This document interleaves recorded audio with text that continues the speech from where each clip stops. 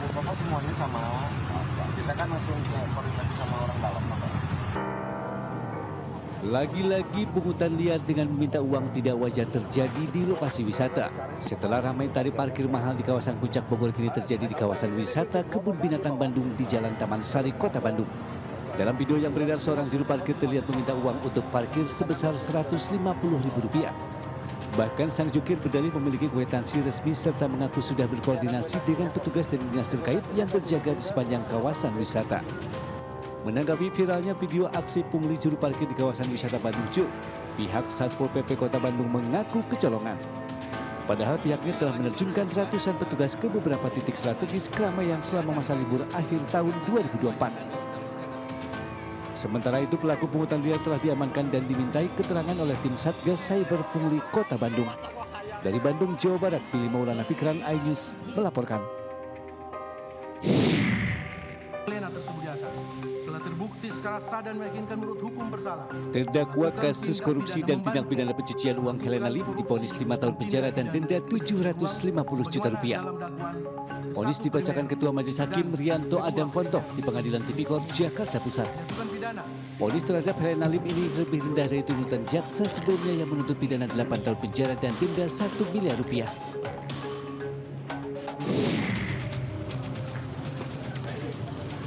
Pria yang mengaku sebagai anggota Badan Intelijen Negara ini tak berkutik saat digelandang anggota Reskrim Polsek Klaten di tempat persembunyiannya di daerah Jakarta Barat.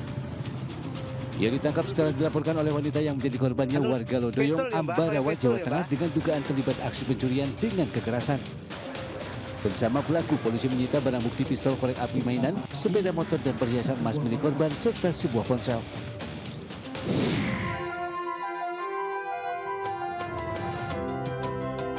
Lokasi wisata ini menawarkan pengalaman sensasi berjalan di jembatan yang membentang sepanjang 370 meter di atas ketinggian 75 meter. Jembatan ini menyusuri lembah Gunung Patuha dan tempat berada di kedua sisi pemandian air panas Kawah Rengganis.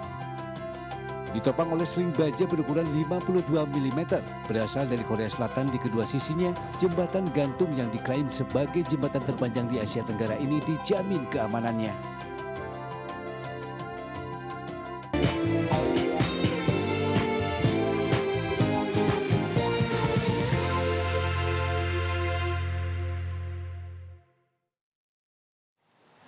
Pemirsa, selamat pagi. Anda menyaksikan Buletin iNews Pagi bersama saya Reni Arumsari. Dan saya Sabrina Sila, senang sekali bisa menyapa pemirsa kembali pada pagi hari ini.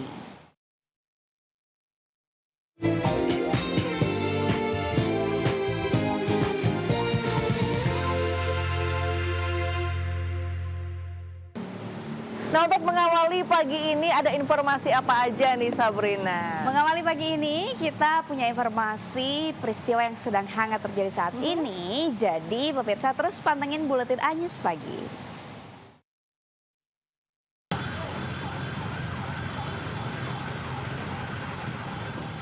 Asap terus mengepul dari jendela ruang Rektor UIN Jakarta yang terbakar. Lokasi kebakaran yang cukup tinggi membuat petugas harus menggunakan tangga untuk bisa menjangkau titik api.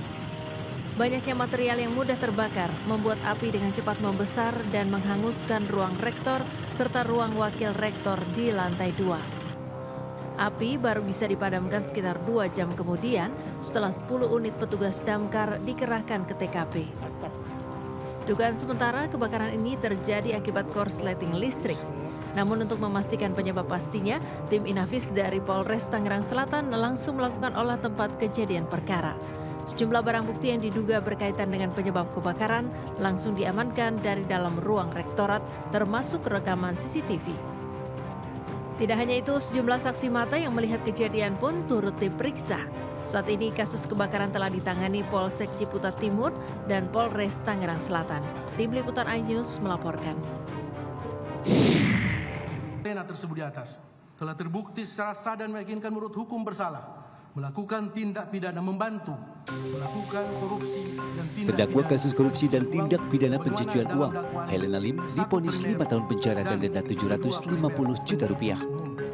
Jatuhkan pidana terhadap terdakwa Helena oleh karena itu dengan pidana penjara selama 5 tahun dan denda sejumlah Rp750 juta dengan ketentuan Vonis dibacakan Ketua Majelis Hakim Rianto Adam Pontoh di Pengadilan Tipikor, Jakarta Pusat. Vonis terhadap Crazy Rich Pig ini lebih rendah dari tuntutan jaksa sebelumnya yang menuntut pidana 8 tahun penjara dan denda 1 miliar rupiah. Majelis Hakim juga menjatuhkan pidana tambahan berupa pembayaran uang pengganti sejumlah 900 juta rupiah. Helena diminta membayar uang pengganti dalam waktu 1 bulan setelah putusan inkrah. Dan jika tidak membayar, harta benda terdakwa akan disita atau diganti pidana kurungan. Helena Lim terbukti melanggar pasal 2 ayat 1 Undang-Undang tentang Tipikor dan pasal 3 Undang-Undang Pencegahan dan Pemberantasan Tindak Pidana Pencucian Uang. Sebelumnya Helena didakwa bersama Harvey Muiz yang mewakili PT Bangkatin. Keduanya disebut telah merugikan keuangan negara sebesar 300 triliun rupiah terkait pengelolaan tata niaga komoditas timah di wilayah izin usaha pertambangan PT Timah Tbk tahun 2015-2022. Dari Jakarta, Jen Cahyani, Novan Dewi, iNews melaporkan.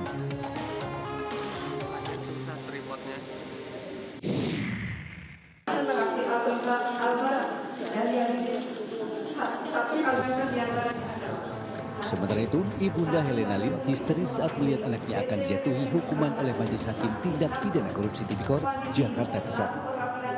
Ibunda Helena yang didampingi kerabatnya itu akhirnya pingsan saat persidangan sedang berjalan. Petugas terpaksa membawa Ibu Helena Lim menggunakan kursi roda menuju ruangan pelayanan terpadu 1 pintu Pengadilan Negeri Jakarta Pusat.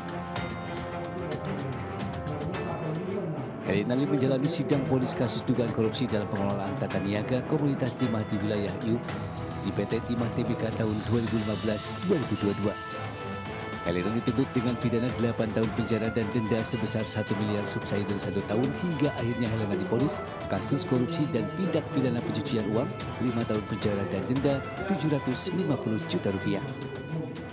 Menjatuhkan pidana terhadap terdakwa Helena oleh karena itu dengan pidana penjara selama 5 tahun dan denda sejumlah 750 juta rupiah dengan ketentuan apabila denda tersebut tidak dibayar diganti dengan pidana kurungan selama 6 bulan. Dari Jakarta, Rian Rahman, Damar Wicaksono, iNews melaporkan.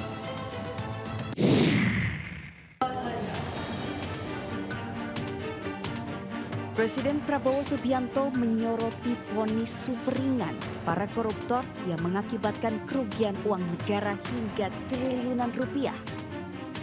Hal itu disampaikan Prabowo saat memberikan sambutan dalam acara Musrenbangnas di Gedung Bappenas, Jakarta Pusat, Senin kemarin. Prabowo bahkan sempat menyinggung para hakim agar vonis para koruptor tidak ringan bahkan mencapai puluhan tahun. Dan saya mohon ya, kalau sudah jelas melanggar, jelas mengakibatkan kerugian triliunan, ya semua unsurlah. Terutama juga hakim-hakim ya, vonisnya jangan terlalu ringan lah.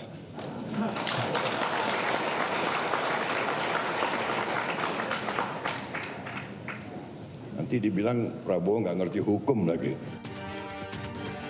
Hal itu disampaikan Prabowo usai vonis hukuman ringan yang dijatuhkan pada terdakwa Harvey Muiz dan Helena Lim atas kasus korupsi pengelolaan komoditas timah yang merugikan negara hingga 271 triliun rupiah. Dari Jakarta, Dilami Aulia, Dias, iNews melaporkan. Dan Wakil Presiden Republik Indonesia.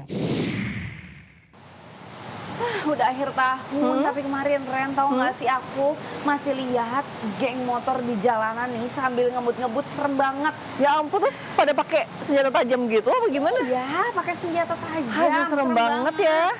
Ya ampun, kayaknya tuh aku lihat berita tuh sering banget ya mereka tuh diamankan polisi, tapi kok kayak nggak ada habisnya gitu ya pemirsa ya. Makanya.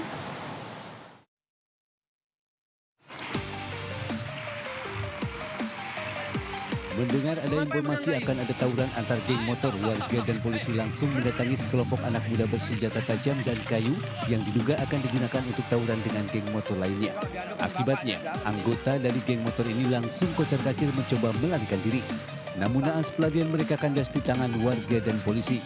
Warga yang geram nyaris menghakimi para pelaku di tempat. Beruntung polisi berhasil mencegah dan langsung membawanya ke Mapolsek Asahan. Dalam giat kali ini setidaknya 6 orang anak yang diamankan bersama barang bukti berupa senjata tajam, batu, dan kayu. Ironisnya, keseluruhan pelaku geng motor rata-rata merupakan anak di bawah umur yang baru berusia 14 hingga 16 tahun. Mereka ini rencananya akan menyerang geng motor Macan 21 di seputaran daerah Saidadap. Untuk kepentingan pembinaan, polisi telah memanggil orang tua dan kepala sekolah dari masing-masing anak. Dari Asahan, Sumatera Utara, Ulul Amri Ainis melaporkan.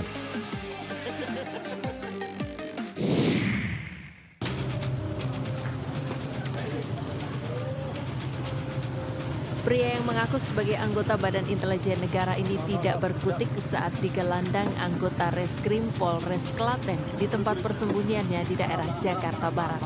Ia ditangkap setelah dilaporkan oleh wanita yang menjadi korbannya, warga Lodoyong, Ambarawa, Jawa Tengah, dengan dugaan terlibat aksi pencurian dengan kekerasan. Bersama pelaku, polisi menyita barang bukti pistol, korek api mainan, sepeda motor, dan perhiasan emas milik korban, serta sebuah ponsel. Modusnya, pelaku dan korban berkenalan melalui aplikasi media sosial dengan mengaku sebagai anggota Badan Intelijen Negara atau BIN. Selanjutnya, pelaku mengajak korban makan dan jalan-jalan di sebuah tempat wisata daerah Klaten, Jawa Tengah. Namun di tengah perjalanan, pelaku pura-pura berhenti dan tiba-tiba menganiaya korban hingga pingsan. Dalam kondisi tidak berdaya, pelaku merampas harta benda korban dan menyembunyikan korban di semak-semak di Dukuh Troso, Kecamatan Karanganom, Klaten. Setelah itu, tersangka secara langsung memukul di bagian leher korban sebanyak 1 kali dari belakang menggunakan pistol korek api sehingga membuat korban terjatuh dari motor. Atas perbuatannya, tersangka dijerat pasal tentang pencurian dengan kekerasan dengan ancaman pidana maksimal 12 tahun penjara. Dari Klaten, Jawa Tengah, Saiful Effendi, iNews melaporkan.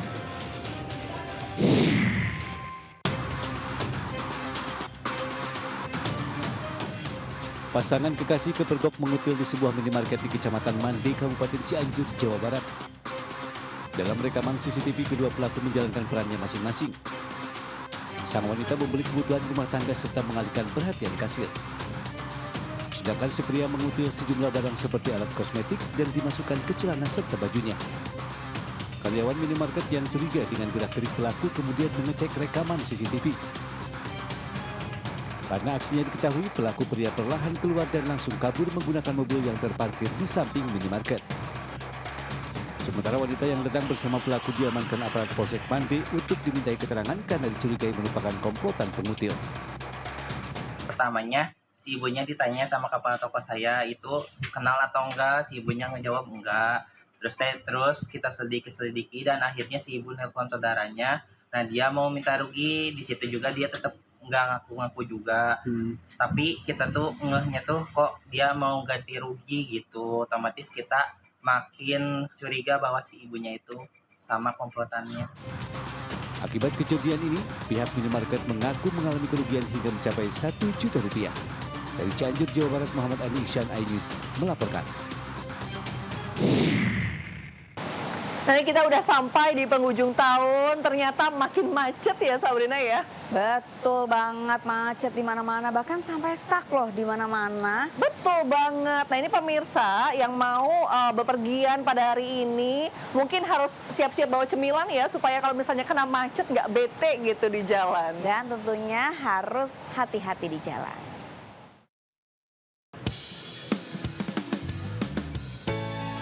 Jelang tahun baru, kawasan Malioboro dipadati wisatawan.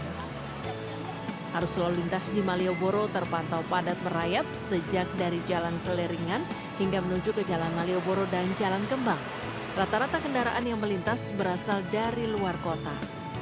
Meski tak sampai berhenti total, namun kepadatan terjadi hingga kawasan titik 0 km.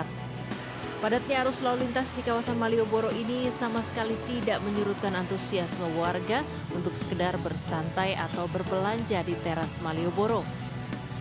Rata-rata para wisatawan ini berburu kerajinan tangan atau oleh-oleh khas Yogyakarta.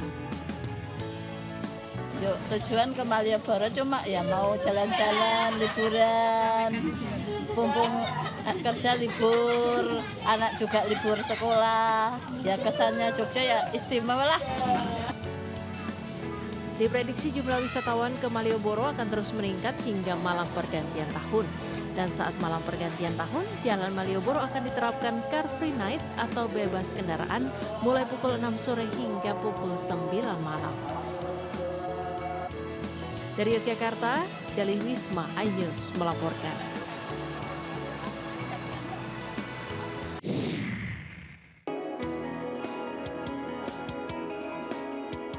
Libur Natal 2024 telah usai, namun jelang libur pergantian tahun, animo masyarakat untuk menggunakan kereta api jarak jauh masih tinggi. PT Kereta Api Indonesia KAI Daop 1 Jakarta menyediakan lebih dari 822.000 tiket. 553.000 tiket diantaranya sudah habis terjual. Sementara itu tiket untuk momen libur tahun baru masih tersisa lebih dari 192.000 tiket. KAI Daop 1 mencatat keberangkatan per hari Senin sebanyak lebih dari 26.000 tiket dengan rincian yang berangkat dari stasiun Gambir sekitar 7.000 tiket dan 18.000 tiket berangkat dari stasiun Senen. Calon penumpang kereta api yang hendak melakukan perjalanan diimbau menyiapkan tiket, memastikan kembali waktu dan tujuan keberangkatan, dan datang lebih awal ke stasiun untuk menghindari ketinggalan kereta. Dari Jakarta, Irfan Hardiansyah, Surya Lisantoso, iNews melaporkan.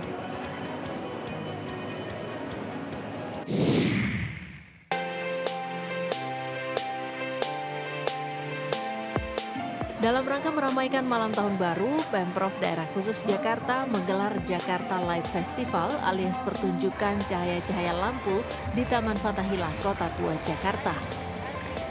Mayoritas warga datang dari luar Jakarta seperti Bekasi dan Bogor bersama dengan keluarga dan anak-anak yang sedang libur sekolah. Puluhan ribu warga tampak menikmati pertunjukan video mapping yang menakjubkan hingga festival musik. Sementara itu pengunjung di Kota Tua diprediksi mencapai 41.000 orang di malam pergantian tahun baru. Jakarta Light Festival digelar 30 hingga 31 Desember 2024 yang dimulai pukul 4 sore. Acara ini gratis dan terbuka untuk umum. Selama gelaran Jakarta Light Festival, warga diimbau untuk menjaga kebersihan dan tidak menyalakan kembang api selama perayaan di Kota Tua. Dari Jakarta, Syahreza Zanski, Dimas Winarti, iNews melaporkan. Aduh nggak sabar deh, malam ini kan tahun baru. Kalau kamu udah tahu belum mau makan apa gitu atau kemana gitu Sabrina? Nah itu saya masih bingung mau makan apa dan di mana. Kenapa tuh? Kan banyak pilihan. Ya karena saya maunya itu yang nggak over budget. Karena kan makan-makannya sama keluarga besar ya. Jadi nggak mau yang over budget gitu. Aduh itu gampang, banyak banget pilihannya. Mending kamu lihat deh yang satu ini deh.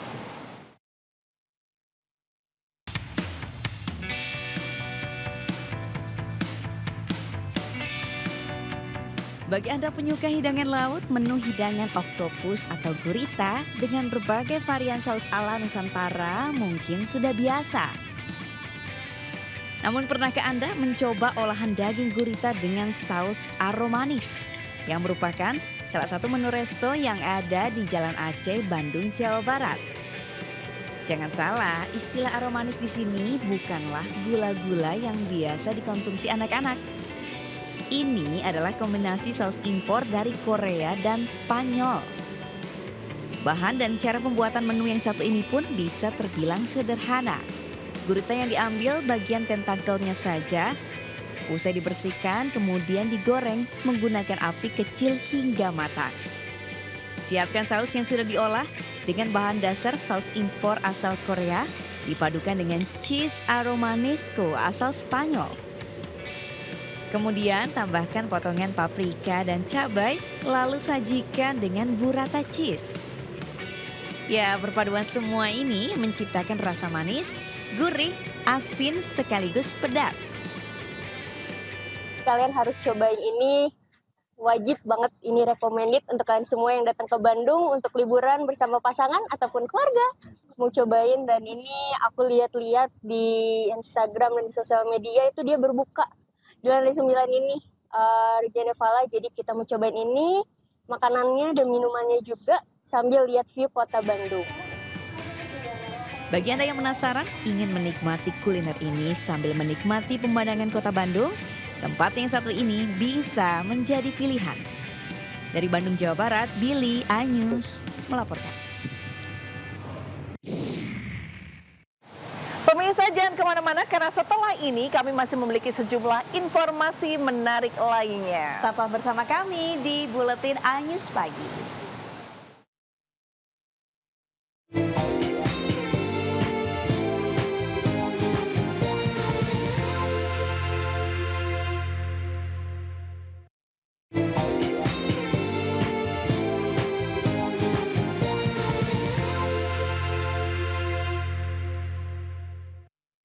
Pemirsa, terima kasih Anda masih menyaksikan Buletin iNews Pagi. Nah, di segmen kali ini ada informasi apa aja nih Sabrina?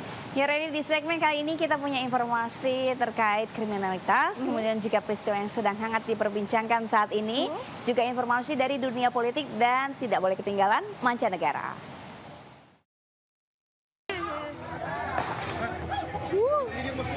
Polisi! Inilah aksi warga saat menjeduk pelaku pencurian yang mencoba kabur melalui atap rumah warga. Peristiwa ini terjadi di Desa Lerang-Lerang, Kecamatan Paleteang, Kabupaten Pindrang, Sulawesi Selatan. Pelaku yang terkepung mencoba kabur melalui atap rumah warga. Pelaku pun akhirnya berhasil diamankan setelah pihak kepolisian tiba di lokasi. Meski sempat dihalangi polisi, massa yang geram dengan aksi pelaku mencoba menghakiminya. Dikira dari yang diduga pelaku itu kan dia kan naik di atas atap tuh kan.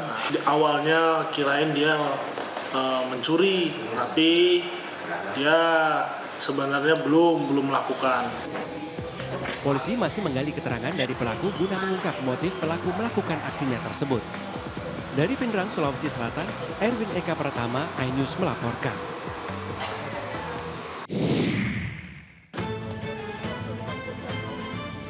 Sebuah mobil mewah Rolls-Royce teronggok di gudang Kementerian Sosial. Ternyata mobil ini adalah dari hasil pemenang undian gratis berhadiah yang tidak mampu membayar biaya pajak sebesar 25%.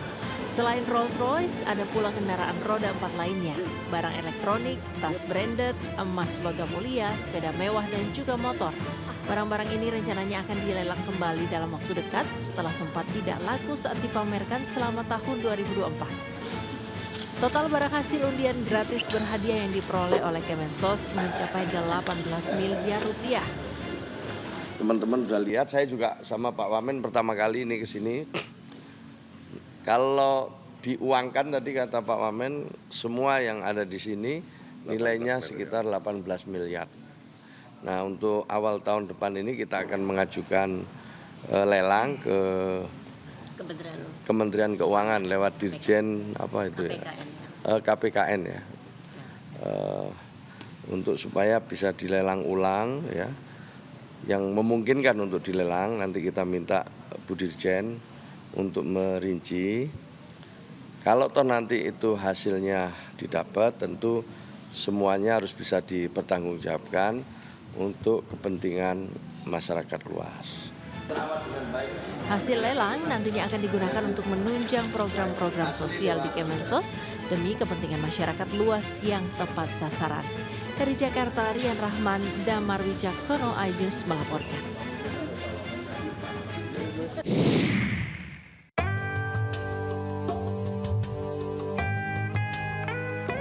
Pemerintah mengusulkan biaya penyelenggaraan ibadah haji atau BPIH untuk haji tahun 2025 sebesar 93,38 juta rupiah. Dalam rapat kerja bersama Komisi 8 DPR RI, Menteri Agama Nasaruddin Umar menyebut besaran usulan itu berdasarkan perubahan valuasi dolar Amerika Serikat dan rial Arab yang menguat terhadap rupiah. Dari total BPIH itu, jumlah biaya yang dibebankan kepada jemaah haji sebesar Rp65.372.000 atau 70% dari keseluruhan BPIH senilai Rp93 juta. Sisanya ditanggung oleh pemerintah.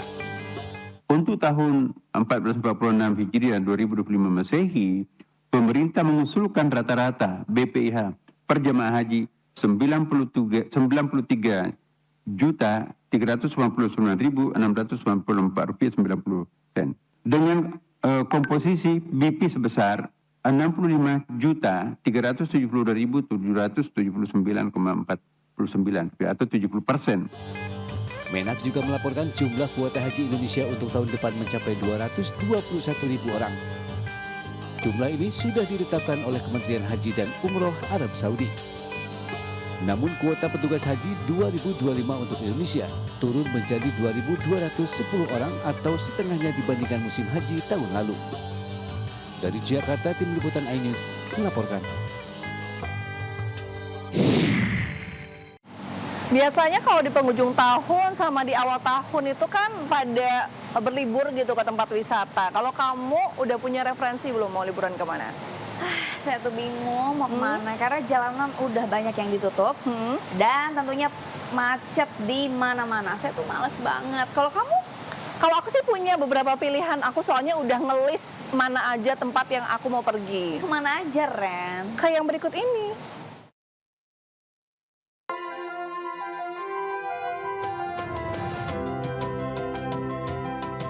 Yang masih bingung cari tempat wisata untuk menghabiskan libur akhir tahun, bisa coba objek wisata perpaduan alam dan adrenalin yang satu ini. Jembatan Gantung Rengganis, lokasinya di Ranca Bali, Kabupaten Bandung, Jawa Barat. Lokasi wisata ini menawarkan pengalaman sensasi berjalan di jembatan yang membentang sepanjang 370 meter di atas ketinggian 75 meter. Jembatan ini menyusuri lembah Gunung Patuha dan tepat berada di kedua sisi pemandian air panas Kawah Rengganis. Ditopang oleh sling baja berukuran 52 mm dari Korea Selatan di kedua sisinya, jembatan gantung yang diklaim sebagai jembatan terpanjang di Asia Tenggara ini dijamin keamanannya. Kat Indonesia ni macam mana dia punya kita naik dia punya jambatan tu macam mana perasaan dia, sebab dekat Malaysia pun ada juga tapi nak tengoklah suasana kat sini dengan kat sana macam mana, so sebab tu kita orang datang. Lepas tu lagi satu kat sini pun ada Keranjang Sultan yang ada buayan tu kan, so kat Malaysia tak ada macam tu, so that's why kita nak try. Meski sedang musim hujan dan suasana di sekitar jembatan berkabut, tidak menurunkan semangat pengunjung untuk datang berkunjung dan menjajal sensasi menantang melintasi jembatan ini. Selama liburan Nataru ini, alhamdulillah kita kenaikan di 60-65%. Alhamdulillah selain dari lokal, banyak yang lain dari manca, itu dari Malaysia, Uzbekistan, ada yang dari Belanda juga ada yang datang. Jika tertarik berwisata ke Jembatan Gantung Rengganis, siapkan kocek sebesar Rp100.000 per orang. Dengan harga tersebut, pengunjung sekaligus bisa memasuki objek wisata lain yang ada di sekitar jembatan, yakni berendam di Kawah Rengganis, menikmati Keranjang Sultan, dan memasuki indahnya Situ Patenggang dari kapal pinisi. Dari Kabupaten Bandung, Jawa Barat, Yuan Pangestu, iNews melaporkan. Pemirsa, tanpa terasa kita sudah sampai di penghujung acara. Terima kasih kepada pemirsa yang sudah menyaksikan Buletin iNews Pagi dari awal hingga akhir. Anda juga dapat mengakses dan memperbarui informasi yang kami tayangkan tadi melalui portal okezone.com. Saya Reni Arumsari. Dan saya Sabrina Sila. Pamit undur diri, selamat pagi dan sampai jumpa.